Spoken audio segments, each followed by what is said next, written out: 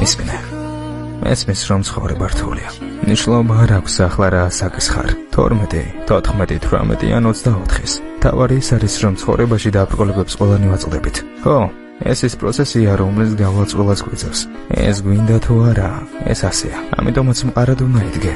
შეიძლება გეშინია, მაგრამ გახსოვდეს, მამაცი ადამიანი ის კი არ არის, რომელსაც არ ეშინია. მამაცი ადამიანი ის არის, ვისაც ეშინია და მაინც აკეთებს. ამიტომ მეგობარო, რაც არ უნდა დიდ დაბრკოლებას აწყდეს ცხოვრებაში. გახსოვდეს რომ გამოსავალი ყოველთვის არსებობს. თავარია იმედი არ დაკარგო. მისმინე. მესმის რომ ცხოვრება რთულია. მისმინე. მესმის რომ ცხოვრება რთულია. ნიშნულობა არ აქვს ახლა რა საკის ხარ. 12, 14, 18 ან 24-ის.